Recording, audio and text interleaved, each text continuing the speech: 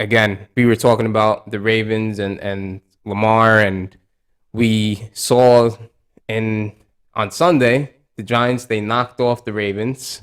Unfortunately, I'm a Ravens fan, as everybody knows. But yeah, the Giants come out on top, 24-20, and they played great football. They played disciplined, which is something that you need to play with these kinds of teams, with the Ravens and other big teams. But yeah, hats off to the Giants. They played great football. Um they played behind and they won the game. So Yeah, I mean, and look, um, we had a segment last week about New York football on the rise, and um, two you big know, upsets again. and both teams come away with big upsets. They keep it Crazy. rolling even more. When does it end? Who knows? But look, I'll say that the Giants look legit. I mean, now they go on to what 5-1 now with the win against the Ravens. Um, yeah, I mean, at this point, and I haven't. I should have looked at their remaining schedule before we hopped on here, but I'd be pretty shocked if they don't get enough wins to at least secure a wild Have card in that NFC. yeah. Starting off the season 5-1, they have guys that were injured in those games. They have guys injured now. They're still trying to figure out their receiving core. There's a lot of stuff going on. You have guys, not performing up to expectations in some cases, Right. and they're finding ways to win. And Daniel Jones has been doing, enough, right? He's kind of. It's hard to say. It's not like he's He's not improved playing stellar. immensely, right? But he's doing enough, and he's playing clean football, which is what the Giants need. And then Saquon's back to rookie year form where the guy is just you know Second in rushing yeah, so far. he's second in rushing, and he's a problem. And even more so is Coach Dable, because look, they come in and they get down in the red zone, they get by the goal line, and they have Saquon taking direct snaps and this whole weird wildcat offense that's proven to be very effective. I mean, I've seen Saquon already with a few touchdowns in From the it. red zone by running that, and they do it on some fourth and shorts too. But yeah, I mean, they've been finding and scheming ways for them to win.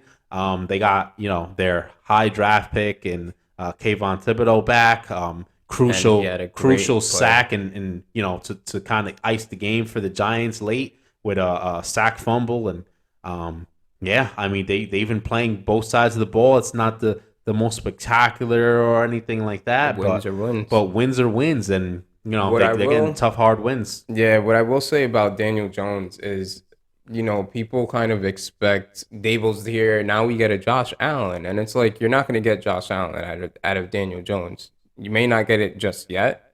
You may get it further on.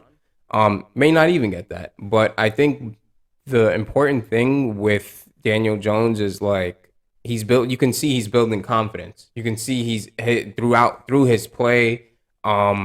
He's able to command the offense. He's able to rally people. His team believes in him. When your team believes in a quarterback, why do you think Jalen Hurts is playing great? Because the Eagles actually believe in this guy. The same thing with the Josh Allens of the world. Like they believe in him. So I think it's a start. There's obviously some things that Daniel Jones has to work on, but it's not major. It's not like last year where it was like the turnovers. They had to clean up on the turnovers. He was fumbling a lot. The ball security wasn't important. Or wasn't really coached up, and it seems like Dable is really coaching him up the way that he should be. And hopefully, I mean, at this point, I don't see why they would get rid of Dable and why they would get rid of any of the staff that they have. But at this point, it seems like they're getting their franchise back on track. Like it seems like the Giants are back on track, and that's something that we haven't seen in a while. Yeah, and look, a few things here. One, I checked out this their remaining schedule. We know next week they go to Jacksonville, Right. right? That's a very winnable game. From there, they go Seahawks, bye week, Texans, Lions, Cowboys, Commanders, Eagles, Commanders, Vikings. Wow. That's a That's a not for nothing. Wow. Not for nothing. Very winnable games on that schedule. Not for nothing. They went through the strength of their schedule early on, and they proved. So it's like, I don't know. The only teams you really have to worry about is obviously the Cowboys and the Eagles, maybe the Commanders, because Maybe the Giants, Commanders get one of those, split that. and they don't. The Giants don't really play well against the Reds or the Commanders. But yeah, what a schedule. Yeah, I mean, that's look, you don't want to count your wins early, and like we said, they haven't been like blowing teams out or anything to look like they're world beaters. But for a team, you could win out. yeah, I mean, look, you have the undefeated Eagles right now. You have the Cowboys who've been playing pretty good, but man, I mean, the schedule sets up well for the Giants to make some noise. And on one hand, coming into the season, if you're a Giants fan, you're probably looking like, all right, Daniel Jones is probably not the answer. Let's not win too many games. Maybe we could get a CJ Stroud or something like that.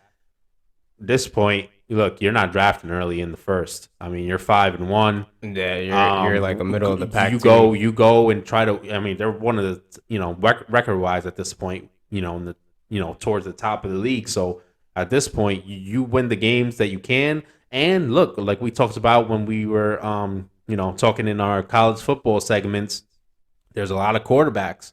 So there is a lot. So you could keep leeway. Daniel Jones and maybe get a guy that more of your future if Daniel Jones doesn't keep pan up out. this play and pan out. Maybe you get a developmental guy in a stacked quarterback class like this that could maybe pan out if Daniel Jones doesn't. So yeah, certainly good times for the Giants and The Ravens. They show their potential, but they need to clean some things up. The Ravens, yeah, that's exactly what it is. They play very it's weird because I mean it's not weird. They lost Wink and it seems like their defense has just completely gone out the window. But what the problem is with the Ravens is being able to consistently score in the second half.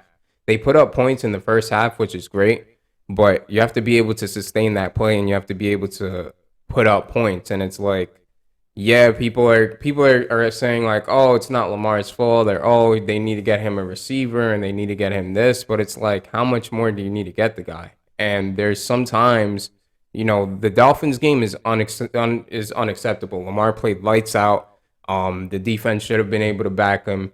He gave them more than enough cushion, but it's like the defense just didn't show up. The Bills game, that was kind of on him. He shouldn't have thrown that end zone interception. Maybe that was the whole debacle with maybe John Harbaugh should have gone for it. Maybe he shouldn't have. Whatever the case may be.